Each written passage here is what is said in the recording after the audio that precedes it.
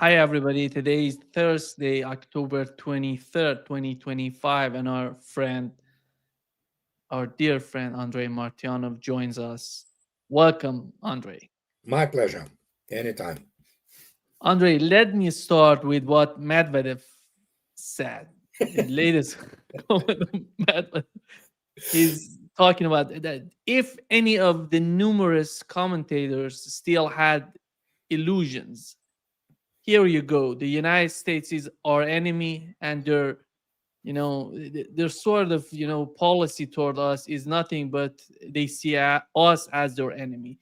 What is that, Andre? What is, because he was talking about the cancellation of the summit in Budapest, and it seems that the Russian part, they know that the atmosphere of the talks is not prepared for those sort of No. meetings. That's why they have decided to just to have the phone calls between the two Yeah. before going there. Your take on that? Oh, very simple. I mean, my take on that is from December 2021. It has been published by Russian Foreign Ministry. It was called Ultimatum, but many people still didn't understand then that the conditions were set forth. They actually changed because now Russia not only is sitting back on its, not sitting back, it's literally sitting on the initial peremptory, as they were, discussed, ultimatum, what have you. But now there are consequences of combined West getting engaged in full-blown capacity against Russia, ended up with its defeat. And Trump, it's like poker, you have Flash Royale or whatever. That's what Putin has, and Trump has whatever, twos, fourth, whatever, not no Trump cards. So if he wants to play this hand, Russians see no reason to play it. And Russians are not naive people, as many people portray them to be. But then again, most of those people who portray them to be like that are people who never commanded anything in their life. And so the question here is Medvedev is alter ego of Putin. It's really, let's face it, it's a good cop, bad cop. Yeah. Okay, simple as that. And United States and the combined West primarily has to be praying that Medvedev doesn't become next president, which is actually pretty high probability of that happening. And many people believe that it's some kind of the play by Medvedev, populist play to get elected once the term comes. No, that's how he thinks. And it was told, and don't forget, it's not just Medvedev. Today, Vladimir Putin came out and used for the first time the term which many in Europe, especially, have to really shake from in quake in their boots when he stated their response will be decisive and shocking. So, what can I say? Russians know where the game, so to speak, moves towards. And Trump, as I already stated, Russia gave him off ramp. Trump is not a politician, or he's not statesman. He is politician and not a very good one. So his game is up and he can continue to do whatever he wants to do. But you know what? The next strike will be obviously at the NATO facilities if something bad happens, So, and Russia issued the warning. The main issue, Andre, with the Trump administration is their consistency.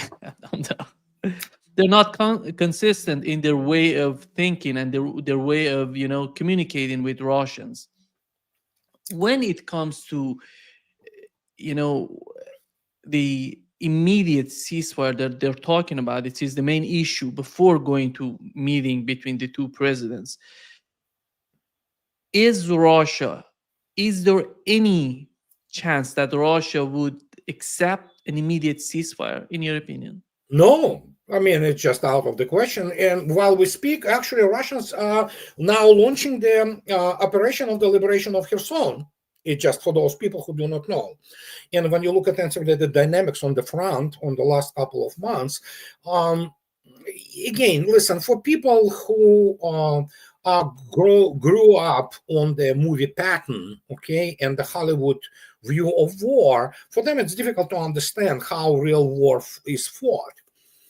And Russians daily in the late 1500, about give and take, of the armed forces of Ukraine personnel, and they will continue to do it until Ukraine either surrenders and then follows what Russians tell them, or until they will run out of men. I know it sounds horrible, but Russia has all resources to continue this as long as necessary. And so the question is, for example, now they are it's going to be obviously presented again as some kind of the tactical maneuver, but Pokrovsk, which is actually Krasnoarmeysk original name of it, is they are running out of it now like rats, up to the groups of 10 men.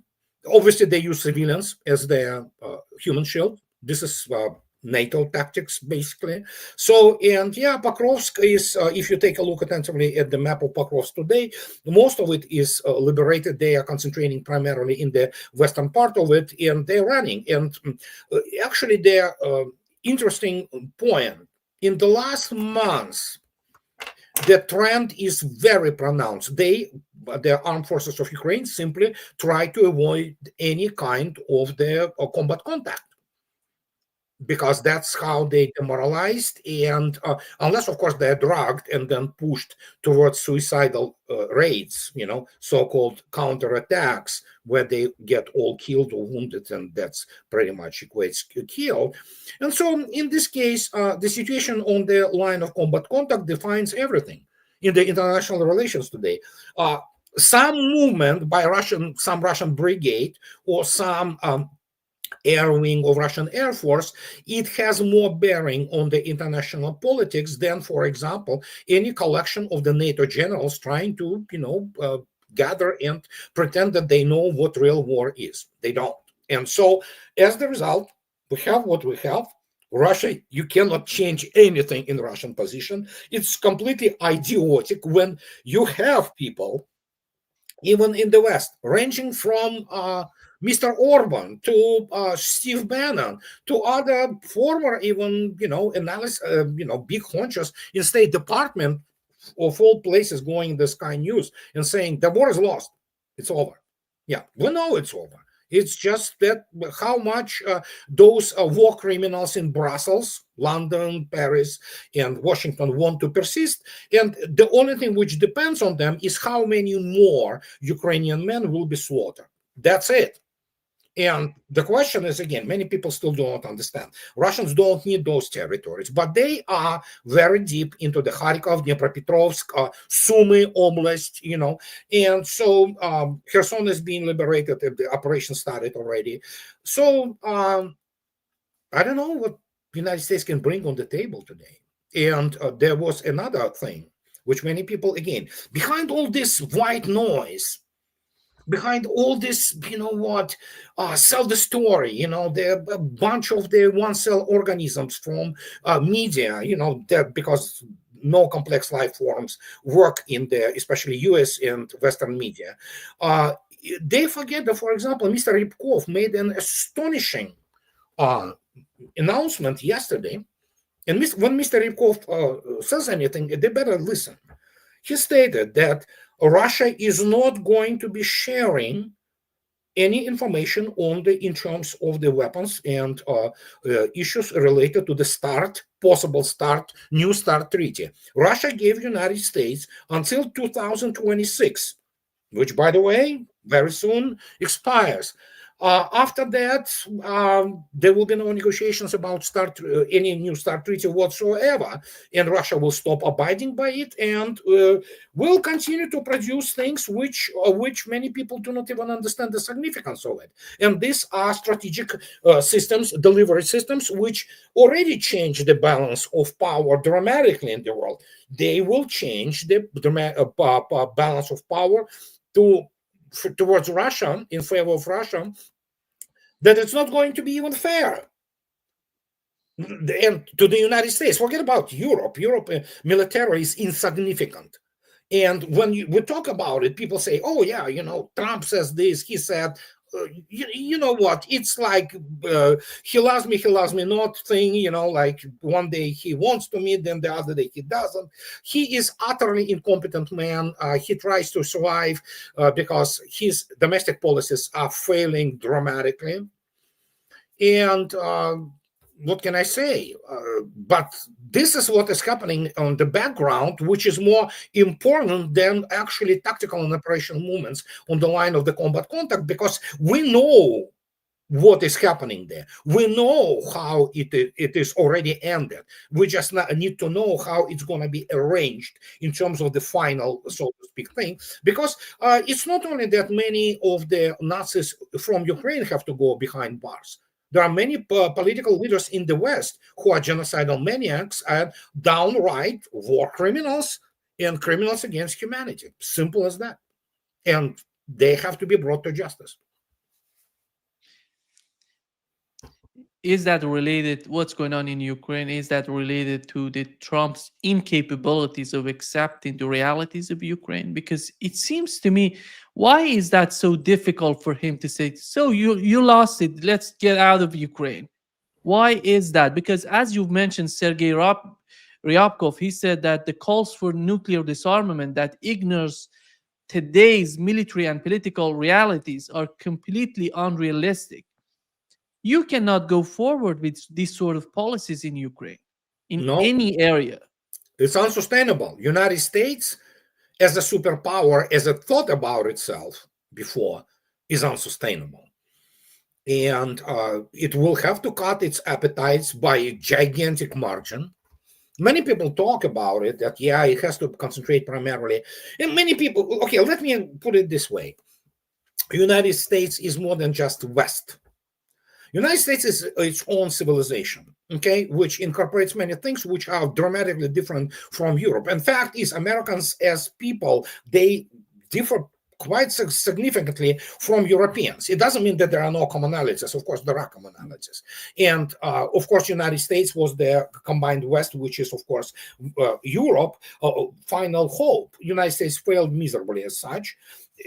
And it's now time for United States to, turn inward and try to sort out what is happening in the country. Trump is incapable of doing this. He is a cowardly man, actually, and he obviously betrayed the MAGA movement. He sold them out to the left and to the right. And then when we have to keep in mind constantly who his daughter is, Ivanka. She's married to, well, outright, Mossad asset.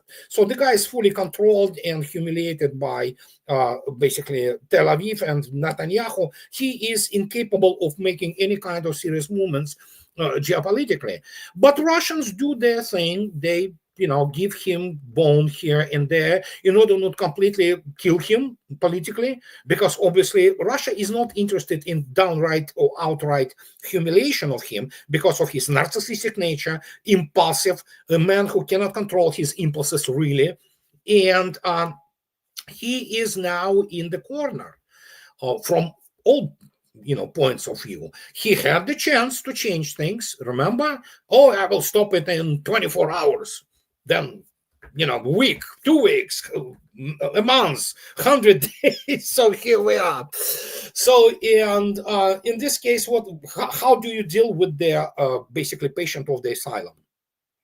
You have to have this restraining shirt on him, because if the United States collapses, it's going to be totally unlike if Europe collapses, which Europe is collapsing as we speak. It's really it's in progress in real time. Obviously, civilizations and countries, they do not collapse overnight. The like collapse of the Soviet Union was formalized overnight, okay, after the August coup.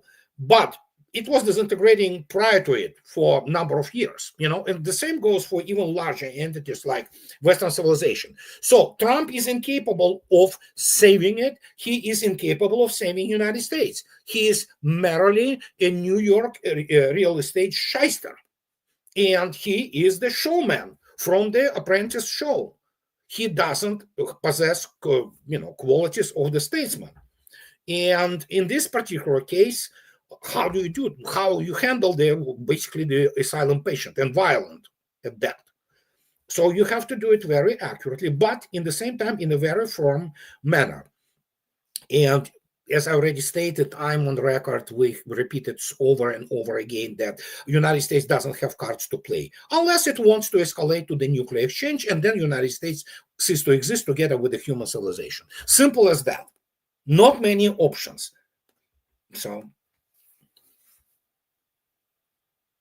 Andrei, here is one of the courageous, I would say, reporters asking this NATO Secretary General about Ukrainians. 23% of Ukrainians want to fight. And here is the response from NATO Secretary General and then by Donald Trump. oh, good Lord. Mr. President, Liam Cosgrove with Zero.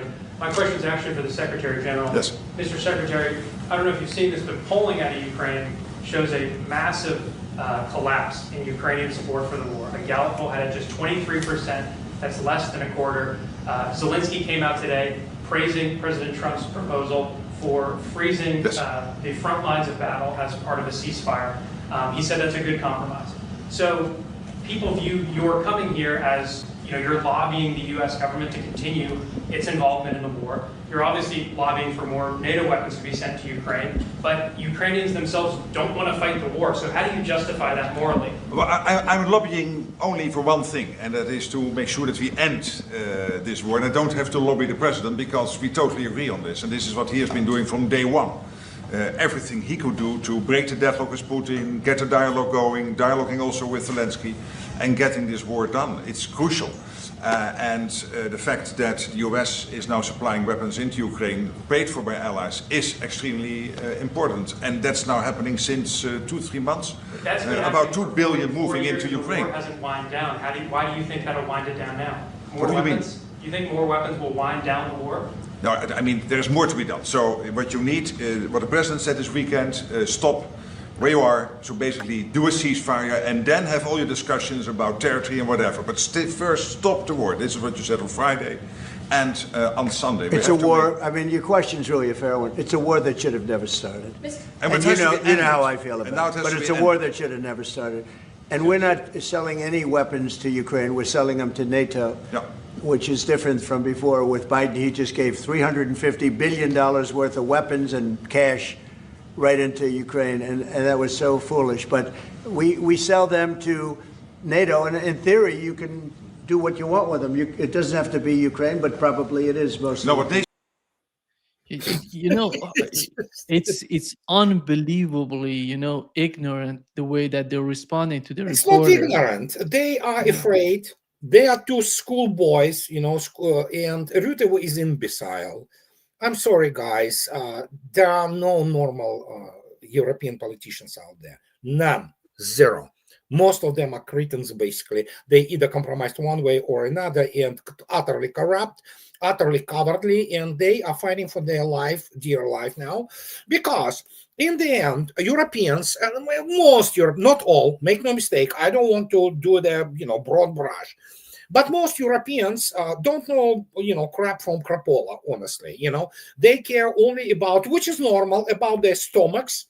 They have no honor. They don't have no integrity. They are hoi polloi. They just live to, as very many people do, from paycheck to paycheck. They try to survive. So they couldn't care less about all things we're discussing here, except, of course, they are brainwashed, which is totally normal for Europeans. They are always have been not only Russophobic, they hate Russians viscerally for a simple reason, because they are paupers, basically, and that's what is becoming now. And the only choice, or option rather, the European politicians are facing now, that hungry mobs, the mobs which do not get their proper, bread and circuses, which is already happening, and which are obviously turned into the cuckolds by African and Muslim immigration, Arab immigration, and European cities do not look like European anymore, that they may rebel. If they rebel, then people like Rutte probably will be hanging from the lampposts. It's not going to be done for the moral reasons. It's not going to be done for anti-war reasons. It's not going to be done for any kind of the high humanitarian reasons. It's all going to be done because Europeans are hungry and they are losing their standard of living, which for the last 50 plus years have been supplied by Soviet Union and Russia through the energy. So, and that's what they face. They are afraid. Many of them, like Rutte, a military political top of NATO, are war criminals. It's absolutely without doubt. And and so when these two teenagers, they are teenagers, and they are afraid teenagers, people with their mentality of, well, real estate shyster from New York, what do you expect? And so when they talk like this, it's all they're putting the public persona in front of people who already know the game. Very many know the game, and here's why. This is one thing which I constantly make different. In Europe, you can get still imprisoned for all kinds of things, say. In the United States, it's much harder to do. This is, thank God for the Constitution and the First Amendment and Bill of Rights. And that's the difference. The United States is a major, vast, universe of the alternative media, like we do just now speaking. In Europe, it's not that easy, man. I mean, you can get persecuted for that. And so here we are. So Europeans have simple option. Let me put it this way.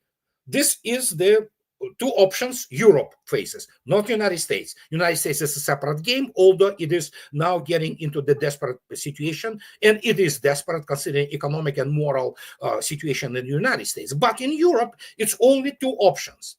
They either become, which they are becoming right now, they are Airstrip 1 from Orwell's concentration camp with the thought police, and you know what, then eventually they will disappear as nations because they will be inbred, so to speak, not inbred, outbred into the all kinds of people who are not Europeans and are in Europe, not to share the greatest achievements of the Western civilization, but to actually live instead of Europeans in their countries, which inevitably brings the death of their countries. So it's, or they will basically do what French did with the Bastille, and all those things. And then some people will be maybe even literally hanging from the lampposts because the globalist elite, which runs Europe, it's about annihilation of the native European population by means of the outbreeding, by means of, which is euphemism for massive immigration, which is totally not native to Europeans, complete destruction of the European culture. The best of it, what it was, complete sexual deviatization of Europeans, complete pedophilia, all kinds of things like that. This is what is this all about. And Europeans consented to this. Okay, that's the problem. Now, the only thing which can prompt them to do anything about it is their stomachs. And Weimar Republic type of the situation with the soup kitchens. This is what they have. Either concentration camp where they will be literally patrolled by police, all those things of the suppressive nature, be that whatever the security services, or they can free themselves and then maybe try to rebuild something on completely different foundations. United States is somewhat in similar position, but United States is more important because if United States collapses with its nuclear arsenal and other things which are happening, right now in the United States, that's going to be a real shock for the global economy, global security. Europe is not that important anymore.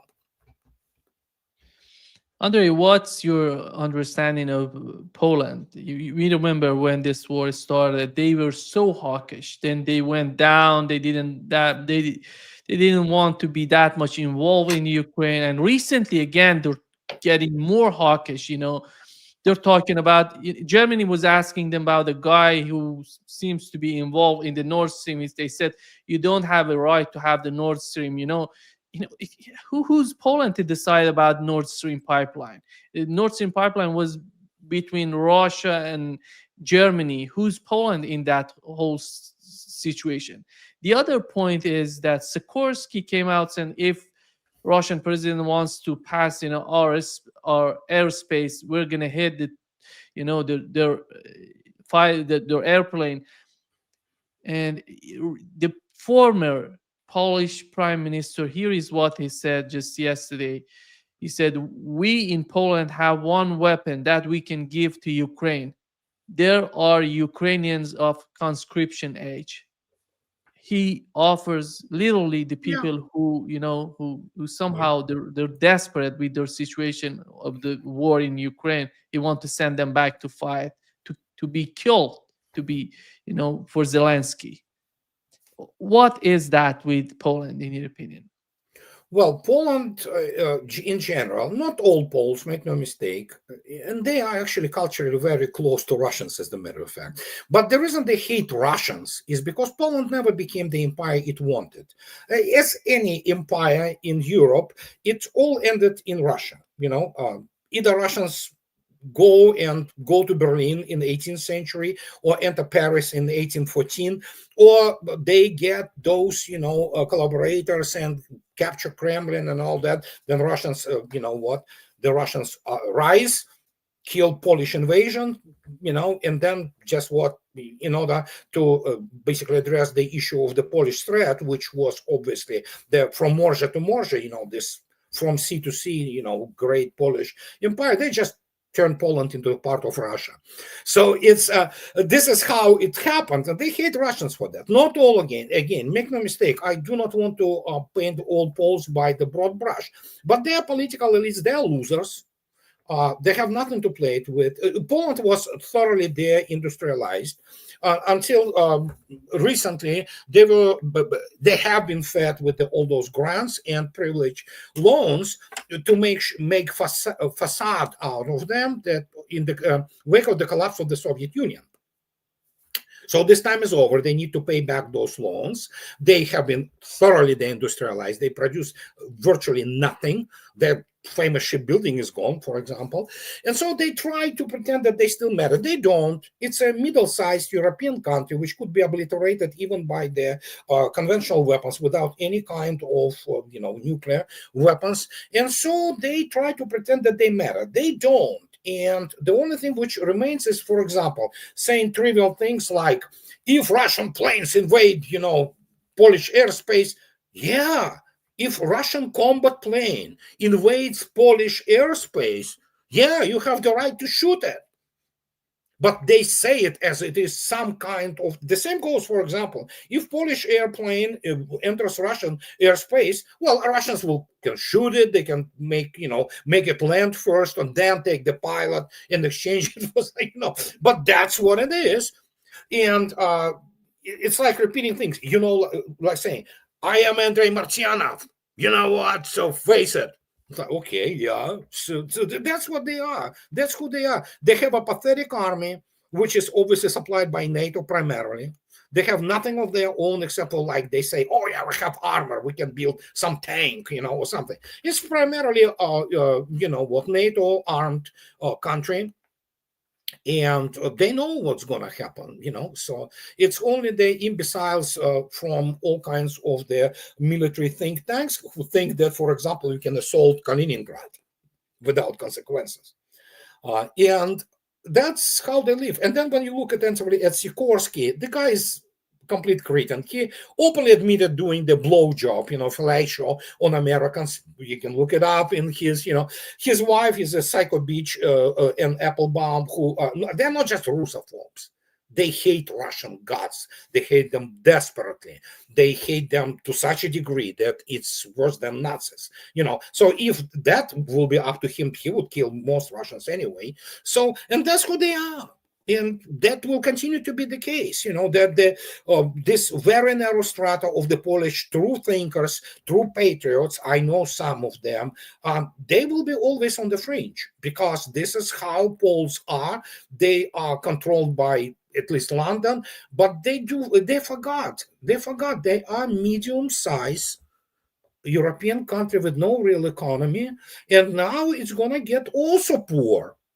It will continue to get poor, as pretty much is going to happen to all of the Europe, like Germany, and Poland will inevitably also face the soup kitchens, because Russians already stated, we're done, guys. Obviously, Europe still tries to buy Russian oil and gas, which tells you who those people are. They don't have any honor. And then do not forget, Russians have this name, although it's called Gonor. Gonor, as you can hear by the sound of it, almost has to be what? Derivative of the word honor, right? Which it does have degree of, commonality with the word honor. But when you say about, for example, Polish political elite, szlachta, so to speak, they have gonor, not honor. They don't have honor, but they have gonor, which is, of course, ambition, arrogance, hubris. That's what it has the semantics in Russian. They have that. They don't have honor. They don't have capability. They don't have real economy. They don't have real army. Yeah. Andrei, right now in Russia, how do they feel about Odessa? How long do you think that as time goes by, the Odessa would be one of the main, objectives of Russian army, or they're gonna manage it somehow, with a different manner? They're gonna without going militarily in Odessa. Listen, it all depends. It all depends. Again, first, I'm not privy to any kind of the considerations in the general staff and the Security Council of Russia. I wish I was a fly on the wall there for 30 minutes at least, but the point is there are obviously two ways of going about it, to finally complete and basically slaughter pretty much all men of any kind of the draft age from 12 to 65 or 70 in Ukraine, and then just go and take Odessa without any much resistance. Can this happen? Yes, it can. But do Russians want to do it?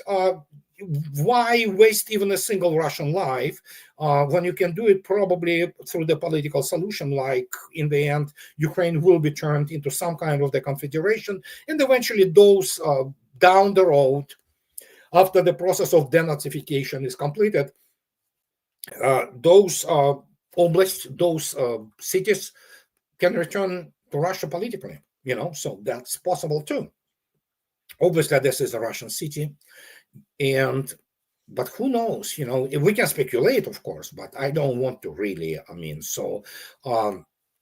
that's just two ways of going about it. I would go with the political solution, honestly. How do you see the way that Russia, it seems that Iran and Russia is trying to reconsider their policies in Syria? What is the main concern on the part of both, if they have some sort of common ground to be worked on? Because we had the Al-Jolani going to Russia talking with Vladimir Putin, then the Russian envoy to Syria went to Iran talking with the head of national security of Iran, and there's something going on that we don't know what is that. But when it comes to your understanding on what is at stake in Syria, what's your take on that? We have to remember that the person who convinced Russian leadership to go into Syria was, of course, late General Soleimani. He flew to Russia. He met big-time people there, from defense minister to, I believe he even met Putin. I don't know, it might not be the case, but again, not always, it's, kind of, but he definitely met defense minister. He definitely he met chief of the general staff, and he convinced Russia that Russia must help Syria. Well, prior to this, what many people do not understand, this was not an easy relations between Moscow and Damascus. And Assad's government, they were not really, liking Russians that much. Don't forget, it was very pro-Western oriented government until, of course, everybody saw what happened to Libya, and suddenly things happened this. And for Iran, the only Muslim power which actually supported Palestinians, that was very critical. And of course, the Hezbollah and all that issues. And Iran was present in Syria. So off we go, 2015, Russians get into Syria. They do the deed. Then, of course, later, the Israeli kills all Hezbollah leadership and weakens it, obviously. But in the end, when the Assad's government fell, the suddenly we have this, incredible situation with the dealing. You have suddenly bargaining going on because Al-Jilani, he is a terrorist, he was a terrorist, he was ISIS. But suddenly, political wins, political climes change, he needs to go. And suddenly, he understands that, well, Israel will continue to, go with this, greater Israel idea, which is, of course, not only Golan Heights, but all kinds of other, so traditionally Arab lands, and then something clicks in Jolani said, oh my God, we have nothing to counter it with. No, I mean, they can counter it with the terrorism and blowing up buses and things of this nature. And cutting heads, that's what they were doing pretty much. But then he takes on European suit and flies to Moscow and says, yeah, initially they say he tried to convince Putin to give up Assad. No, Russia doesn't do this, despite the fact that it was Assad, to a certain degree, who, it's the whole other story there. But no, he's not getting Assad back. Assad has a comfortable living with asthma. God bless her. I wish her recovery from cancer, and wonderful woman, beautiful, absolutely. So you have Khmeimim and Tartus. And now they want them stay there. This is the only guarantee for Syria as a state, make no mistake, not just government. We don't discuss what kind of government, but we're talking about the government in general, a government of Syria, which suddenly recognizes that, oh my God, these are Russians, which, give us a degree of protection from Israel. And of course, suddenly he says, oh yeah, we're going to honor all kinds of the things, about Khmeimim base and Tartus. Guess what Russians obviously immediately counter with? Okay, Russia is not desperate for those bases. Well, if it happens, it happens, it's fine. But Alawites, Christians, how about a regime of Al-Jilani make sure that those people have all kinds of freedoms and are protected? So this is the bargaining. Then after that, you have to go to Iran, which was initiator of Russian participation in Syria. Together, and there was very many occasions when Hezbollah, which is Iranian Hezbollah, were very much in tight coordination and fighting together with Russians. They need to explain to them that your enemy, Al-Jilani, he's not a different man, he's still a crook, but his circumstances are such that we have to make a real deal, not Trump's deal, but real deal between us to balance out the interest. Because if anybody thinks that, and there are many, the imbeciles who believe in all this, that if we have constipation, Jews also control it. But the fact is, very many in Russia, including the top of the Russian military political top, consistently for decades, they recognized Palestinian state officially by Russians. And in this case, it doesn't mean that Putin talks to, Netanyahu. Russia recognizes Palestinian state. What's not to understand here? And so in this case, Russia will be present there as the counterbalance to Israel. If Israel wants to cease to exist, of course, they are free to try to attack, Russians, but Israel knows better, even with the exception of those fanatics like Smotrich, or whatever the name of those goddamn, evil people who are in Netanyahu government. Not that Netanyahu is any better, but that's the whole balance now, and this is essentially becomes this renewed, albeit on a completely new different basis, tripod, which was conceived by Soleimani, which was Iran, Syria, Russia. And this is counter to obviously Israel, and obviously they are one of the guarantors of eventual, return of Palestinians to their homelands and things of this nature. Well, Lebanon obviously was present there, and that's where the number of forces was there. So there you go. And this guy from Syria, he understands that if he wants to survive, and if he wants his government to survive, he better start play in this paradigm, and start to play in this paradigm. And this is the new political climate in the Middle East. And nobody will allow Israel to have a greater Israel, albeit the main issue remains, and we cannot ignore it. Where are the Arabs? Oh, we know where they are. They are selling themselves to the left and to the right, to the highest bidder. And as the result, so, but again, this is what I always try to explain, what the hell is going on. And everybody, oh, Russia has to do this and that. No, Russia doesn't have to do anything.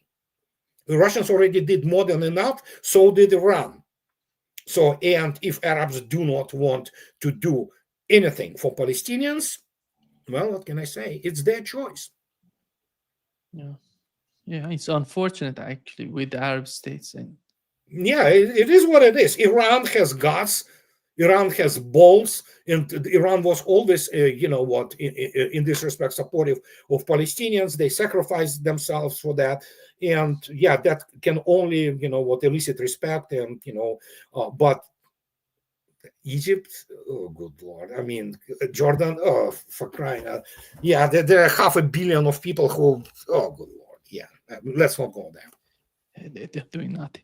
Andrei, here is what the Iranian, Minister of Intelligence, he said that 50 foreign intelligence agencies helped Israel during the 12-day war against Iran. And it shows how hugely they have been preparing for the war, for the attack on Iran. And we know that recently we had the head of Iranian National Security, Ali Larijani, going to Russia, talking with Vladimir Putin, and I'm sure that they talk about the possible, again, the new war between Iran and Israel. How, when it comes to Iran, we know that, as we talked last week, we know that the MiG-29 is in Iran. They're flying over the sky of Tehran. We've seen some footage of that. What's going on? The nature of the mindset in the people, in military people in Iran. In your opinion, what would be the best strategy for them?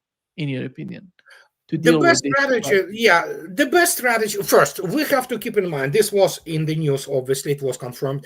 Israel reached out to Moscow, because obviously Moscow has degree of the decent relations with Israel. And they told and asked to convey to Iran, to Tehran, that Israel doesn't want war. Of course it doesn't, for now.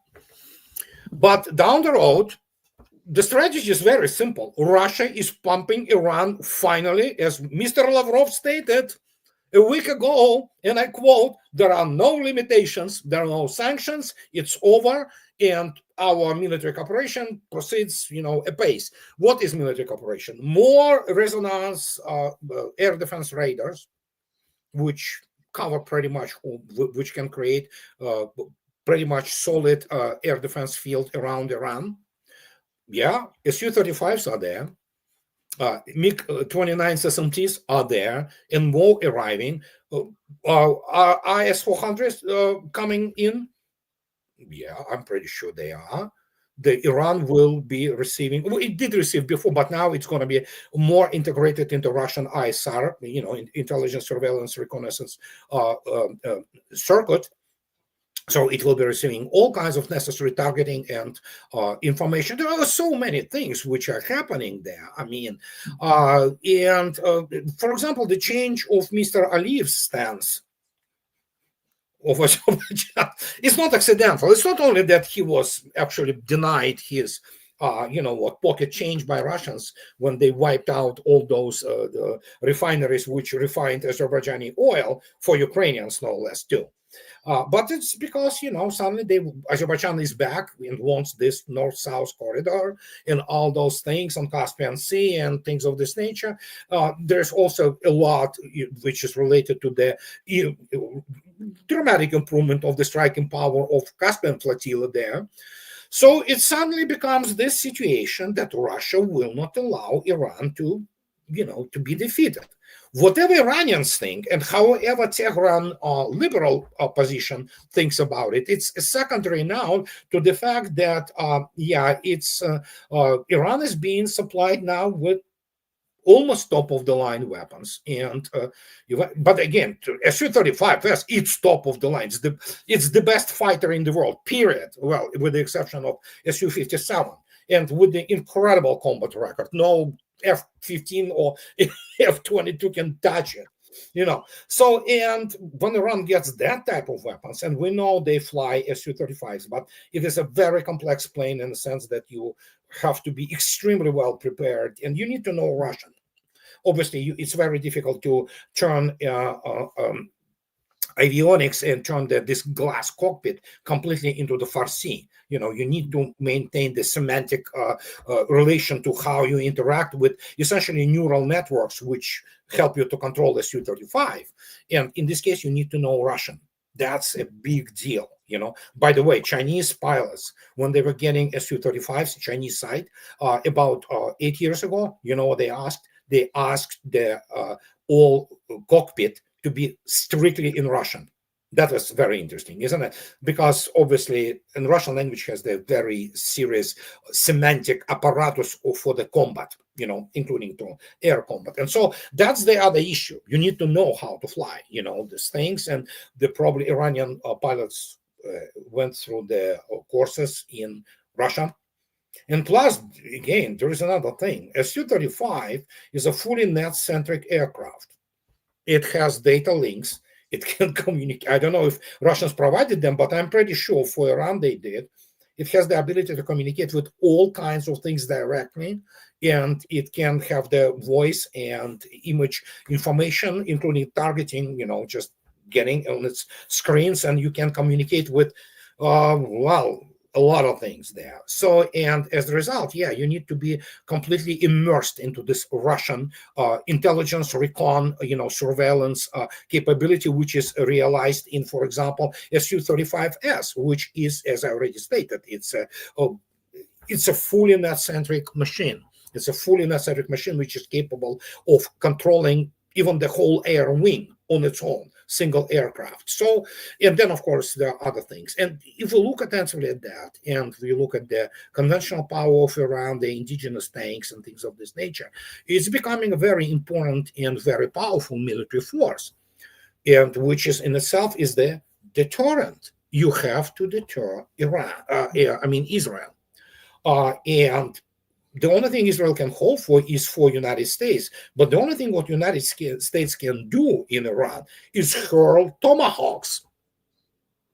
That's it.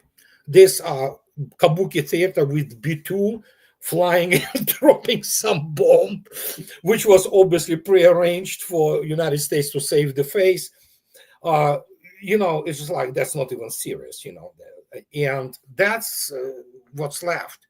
You always have to look at the capability, and you always have to look at the correlation in forces and means.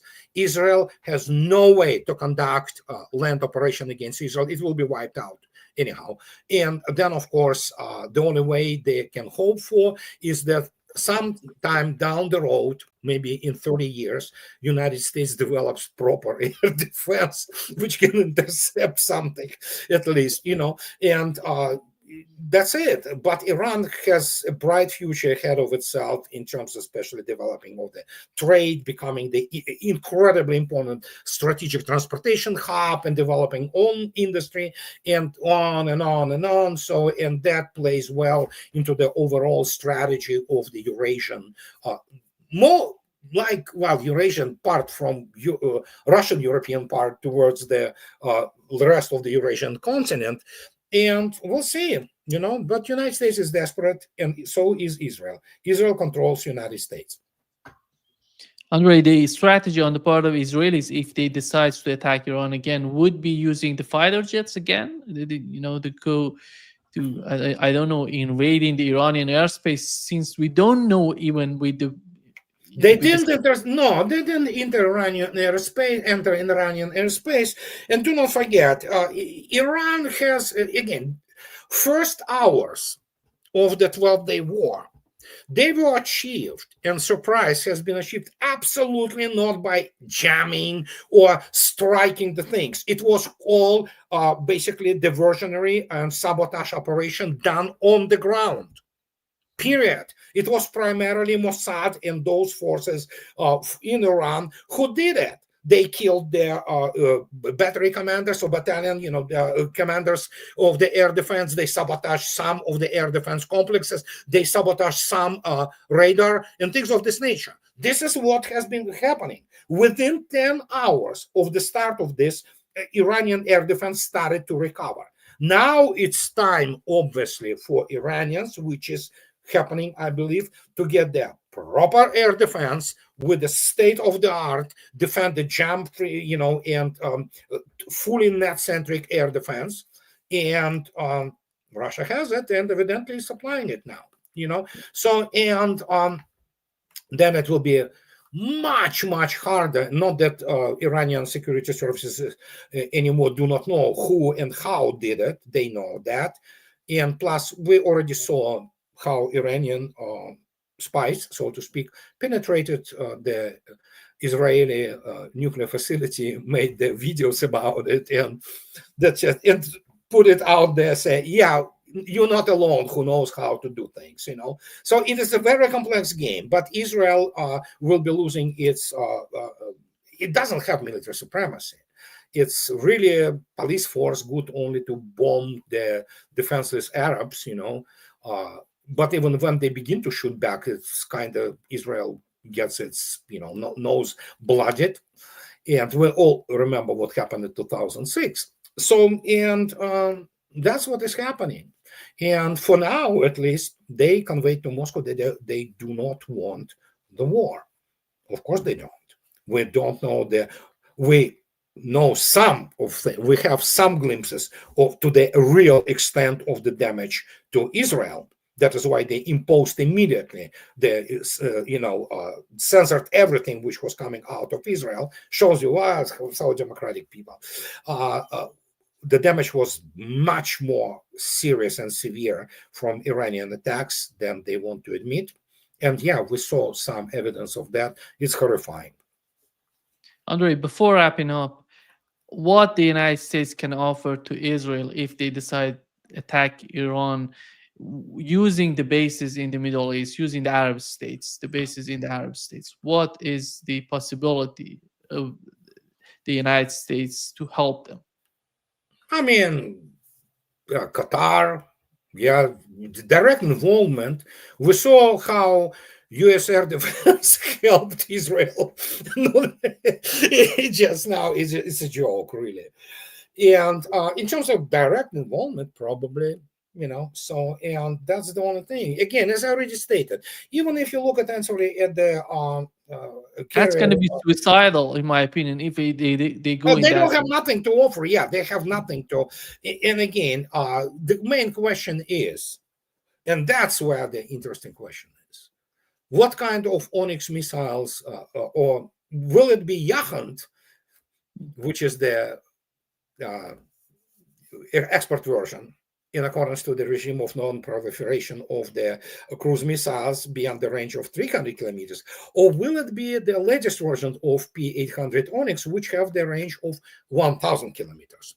So that pretty much defines also very much what's going to be happening if United States wants to get into the shooting gallery there, and Iranians just launching those real serious cruise missiles. So yeah, nobody wants to risk that. United States doesn't want to risk that. But the only thing United States can offer to Israel is actually Air Force. That's it. Nothing more. I mean, United States cannot put the boots on the ground. They will be. Listen. Even if to presume that, okay, somehow Iran allows United States for half a year to preassemble force in Iraq, without doing nothing, let them get into the assembly areas like Gulf War 1.0 with this imbecile Saddam. But that's the whole other story. So the question is, what's going to happen even after that? The casualties will be such that the United States simply cannot sustain that. And then, of course, Iran is not Iraq. It's a nightmarish terrain. Nightmarish. It's just, you go into some pass with your column of the tanks or what have you, you're dead, period. And no Air Force will help you. That's the whole thing. But again, as I already stated, Iranians are getting now the top of the line fighters. And that will be very interesting to see Iranian Su-35s. We know they are there. We know they're training. But it's more than just a MiG-29 SMT. MiG-29 SMT can carry R-77, which is a medium range. They call it Amramsky. It's BS. It's actually longer range than AIM-120 MRAM. So that's immediately, and they have state-of-the-art radar, this MiG-29 SMTs. They have nothing in common with MiG-29As, which Iran had before. It's a 4+ generation fighter with excellent radar, excellent optical electronic systems, and it can carry this 180 to 200 kilometer range air-to-air missile, which outranges everything the United States and Israel have at their arsenal. Su-35, however, can carry R-37, 400 kilometer range air-to-air missile, and that changes completely balance of power. And guess what? It doesn't matter if you're stealthy or not. You need only the approximate position of the enemy fighter beyond the range of their missiles, and you will launch. It will do the job. Yeah. Thank you so much, Andrei, for being with us today. Great My pleasure, pleasure. as always. Anytime. See you. Bye-bye. Bye-bye.